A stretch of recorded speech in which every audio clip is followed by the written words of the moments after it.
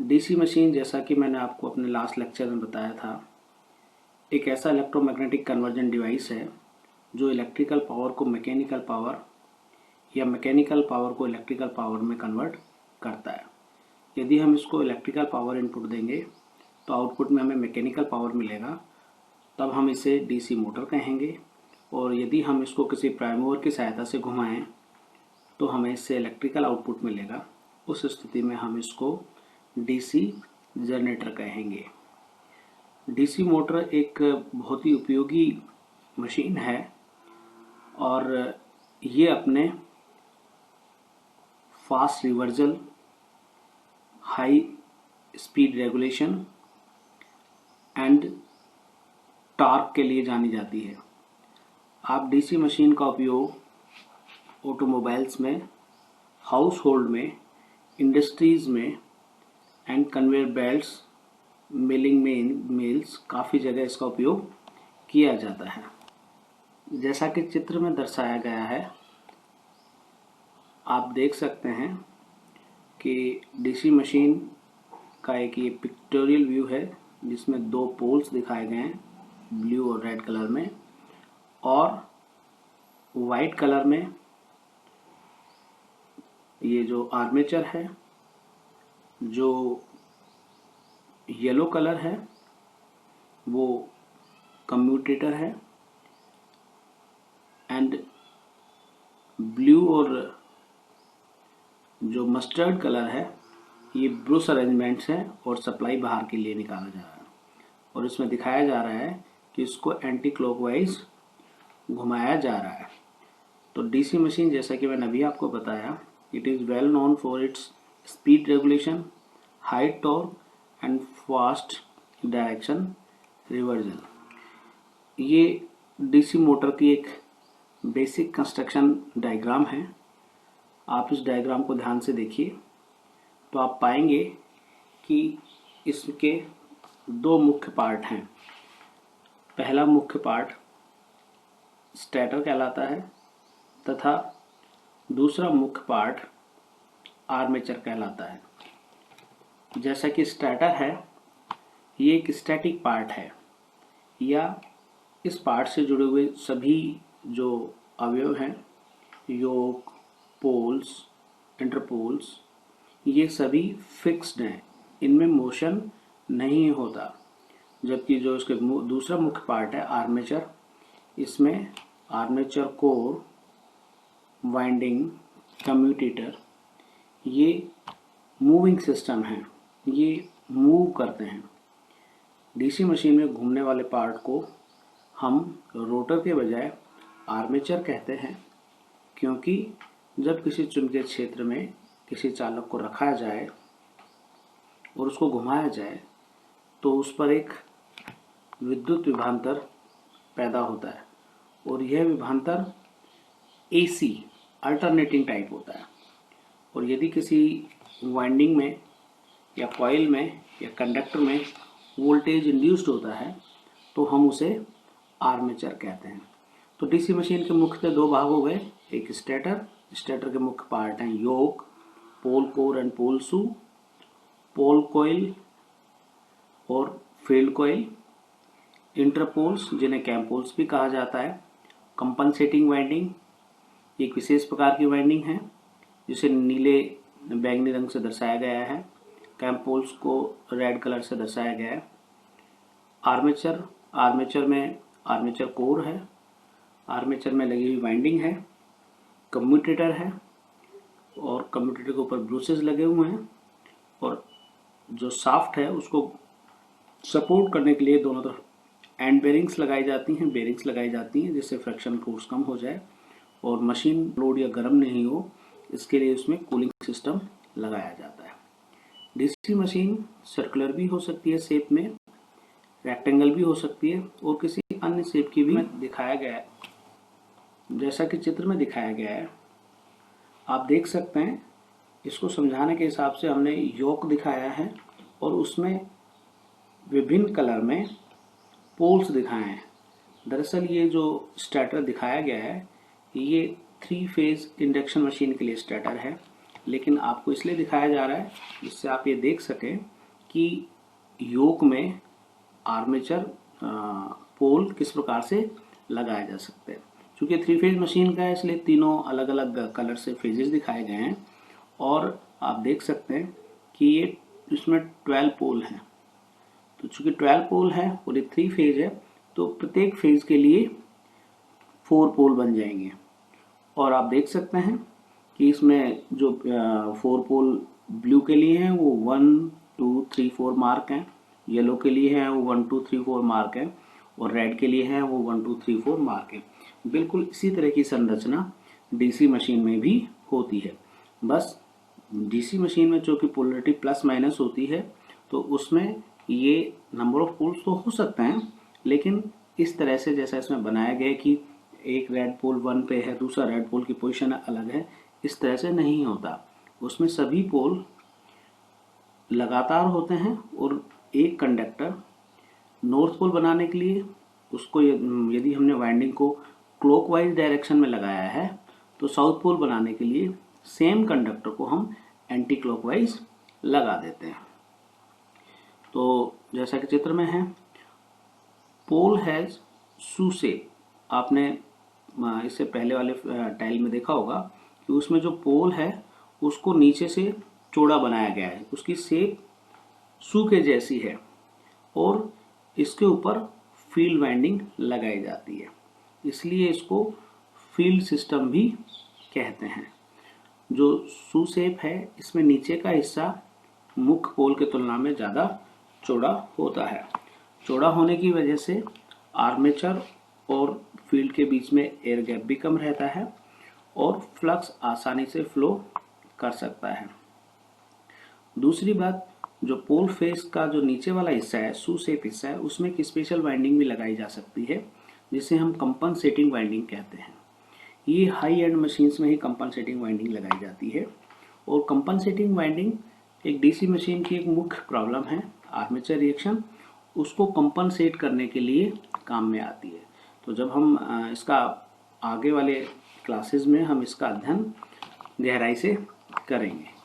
Compensating winding armature में नहीं होती है, कंपनसेटिंग वाइंडिंग पोल के ऊपर होती है और पोल में भी स्पेशली उसको पोल फेस एरिया में लगाया जाता है। पोल फेस का मतलब पोल का जो नीचे वाला हिस्सा, जो शू के जो नीचे वाला हिस्सा जो आर्मेचर की तरफ से देखने पे नजर आएगा उसे हम कहेंगे पोल face. Pole shoe is extended part of pole. Due to this large area, flux is spread out in air gap and more flux can pass through the air gap to armature. जैसा कि मैंने अभी बताया कि पोल को नीचे से इसलिए चौड़ा बनाया जाता है जिससे कि फ्लक्स आसानी से पोल से आर्मेचर तक जा सके।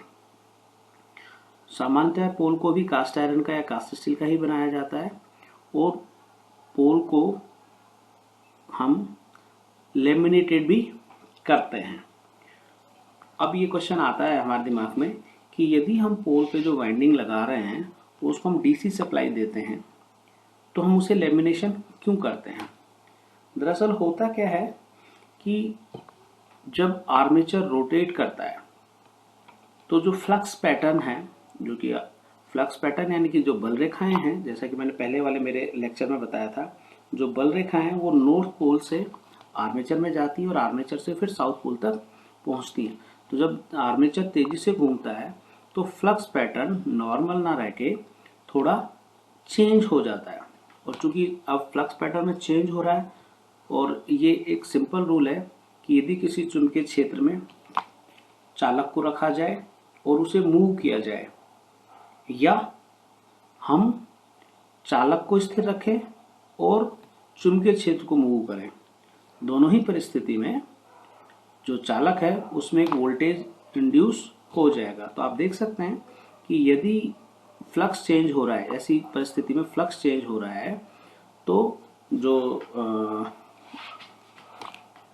पोल की कोर है, जो पोल की कोर है जिससे हमने पोल बनाया, उसके अंदर भी चूंकि कास्ट आयरन का बना हुआ है पोल, तो पोल के अंदर इटसेल्फ एक वोल्टेज पैदा हो जाएगी और उस वोल्टेज की वजह से पोल में कुछ सर्कुलेटिंग करंट्स फ्लो करना शुरू कर देंगे।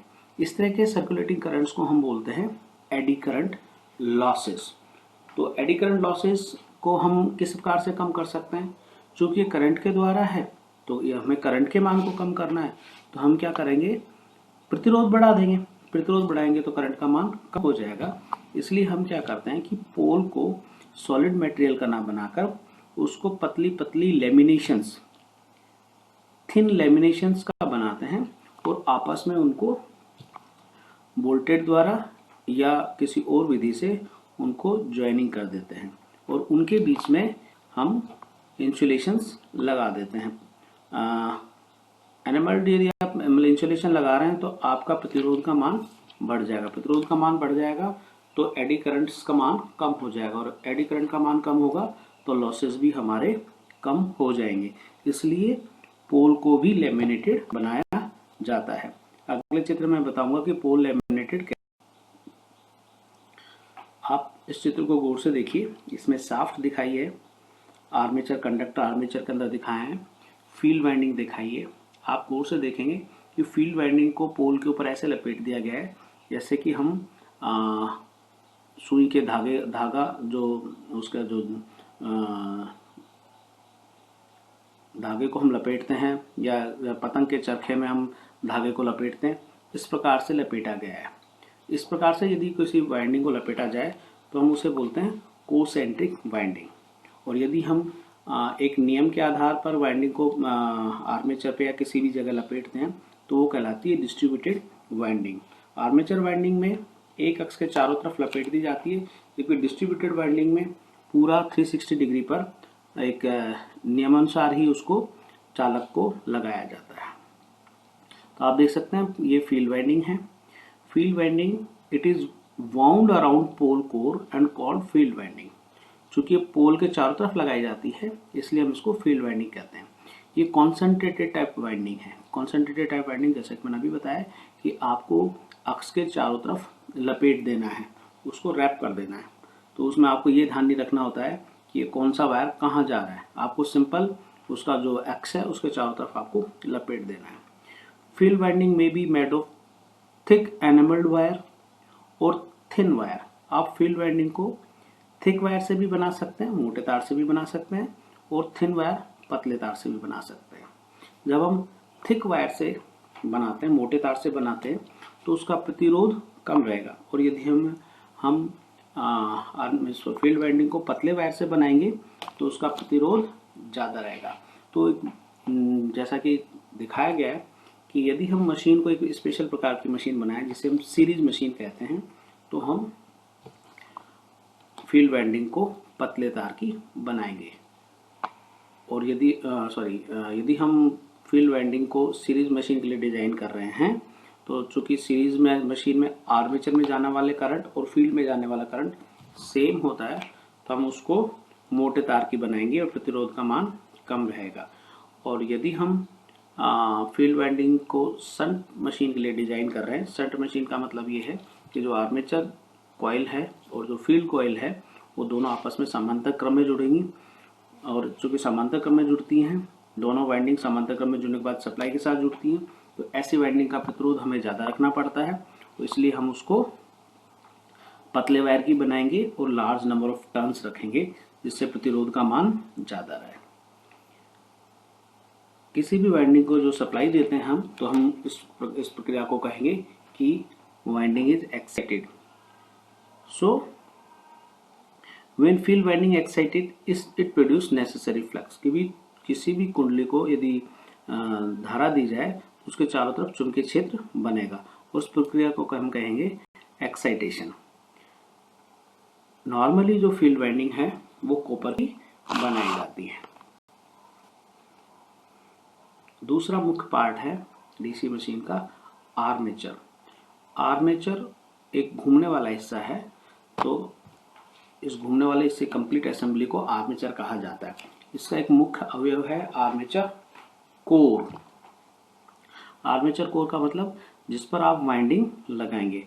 आप चित्र में देख सकते हैं कि जो बीच वाला हिस्सा है वो आयरन कोर है और आयरन कोर में स्लॉट्स काटे हुए हैं आप ये तिर्यक रेखाएं आपको दिख रही हैं, ये स्लॉट्स काटे हुए हैं और इनके अंदर वाइंडिंग लगाई हुई है। आप देख सकते हैं कि पूरे जितने भी स्लॉट्स हैं सभी में वाइंडिंग वायर लगाया हुआ है, इसलिए इस प्रकार की जो वाइंडिंग कहलाती है जो पूरे 360 डिग्री पर इक्वली डिस्ट्रीब्यूटेड होती है, इसलिए हम इसको बोलते हैं डिस्ट्रीब्यूटेड वाइंडिंग। जबकि हम पोल पर किस प्रकार की वाइंडिंग लगाते हैं वो कहलाती है कोसेंट्रिक वाइंडिंग।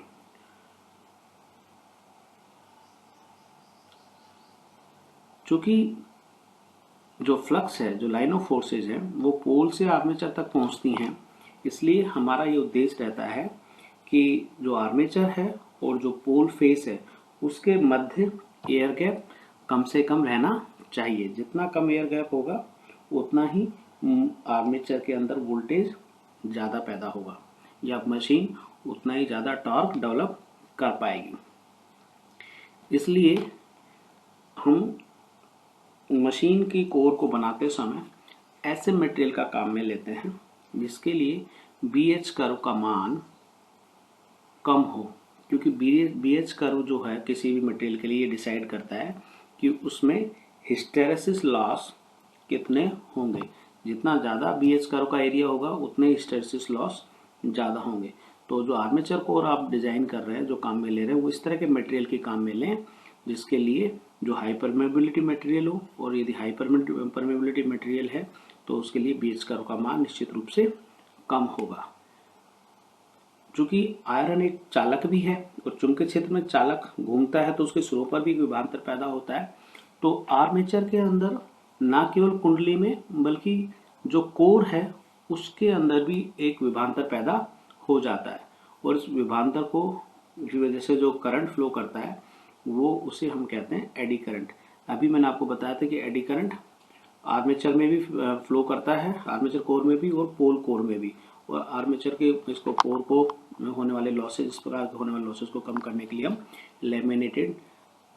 लेमिनेशंस काम में लेते हैं। इसलिए जो आर्मेचर है उसको भी लेमिनेटेड बनाया जाता है।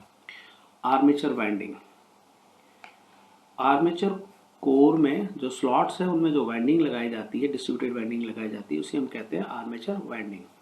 तो conductor are interconnected in to form armature winding, उनको आपस में इंटरकनेक्टेड किया जाता है। Armature wound in lap for high current and wave wound for high voltage in coil. अब आपकी मशीन की रिक्वायरमेंट के अकॉर्डिंग आप दो तरह की वाइंडिंग कर सकते हैं, लैप वाइंडिंग और वेव वाइंडिंग। इनको हम अगले लेक्चर्स में डिटेल में स्टडी करेंगे, लेकिन अभी आप ये देखिए कि दो तरह की वाइंडिंग होती है, लैप वाइंडिंग जो कि हाई करंट के लिए है और वेव वाइंडिंग हाई वोल्टेज के लिए। Where armature winding is being rotated by using prime mover, the magnetic flux and voltage gets induced in. Armature winding में एक वोल्टेज पैदा होता है। एज पर फैराडेज लॉ के नियम अनुसार इसमें जो वोल्टेज पैदा होगी वो प्रत्यावर्ती तरह की होगी, अल्टरनेटिंग टाइप की होगी, और यदि किसी वाइंडिंग में वोल्टेज पैदा होती है तो हम उसे कहते हैं आर्मेचर या AC वोल्टेज जो उसमें डेवलप हुई है, इस वजह से इस वाइंडिंग को हम कहते हैं आर्मेचर वाइंडिंग। अब ये मैं आप जानकारी आपको देना चाहूँगा कि आर्मेचर के अंदर जो वोल्टेज पैदा होती है वो हमेशा AC ही होती है। आर्मेचर को हम कम्यूटेटर और ब्रूस की सहायता से हम एक्सटर्नल सर्किट से जोड़ते हैं।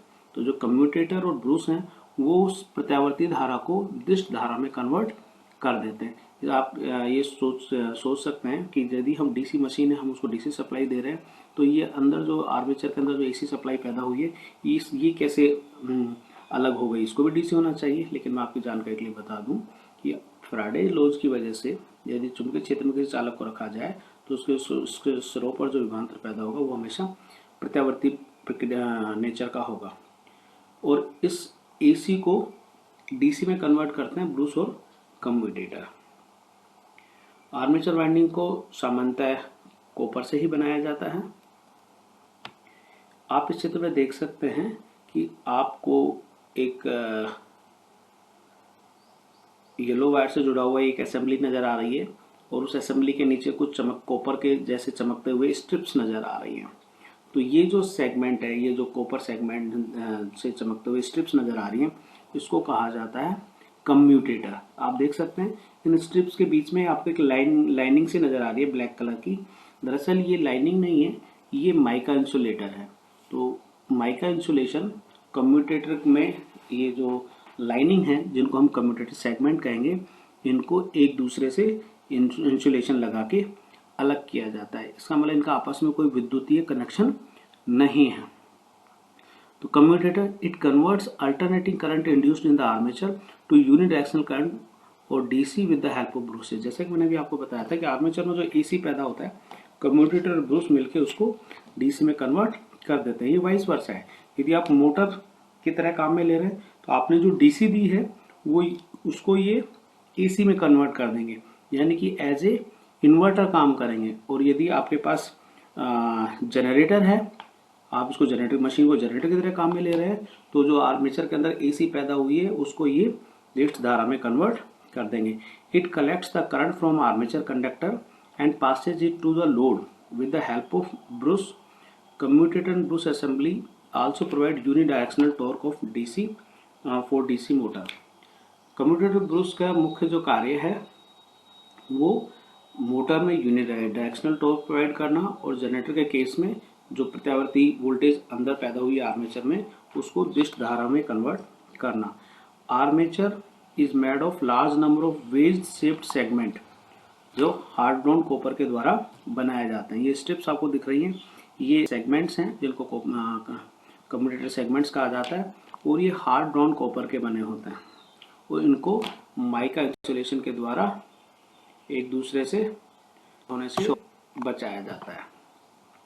आप देख सकते हैं ये जो येलो वायर है जिस असेंबली से जुड़ा हुआ है ये कहलाता है bruises.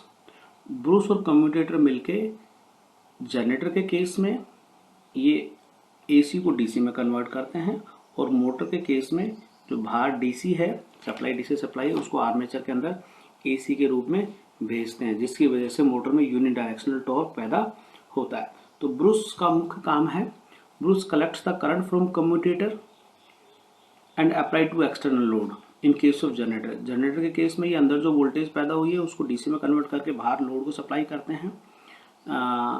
And in case of motor ये यूनिडायरेक्शनल टॉर्क के काम में आते हैं। ब्रूसेस को कार्बन या ग्रेफाइट का बनाया जाता है।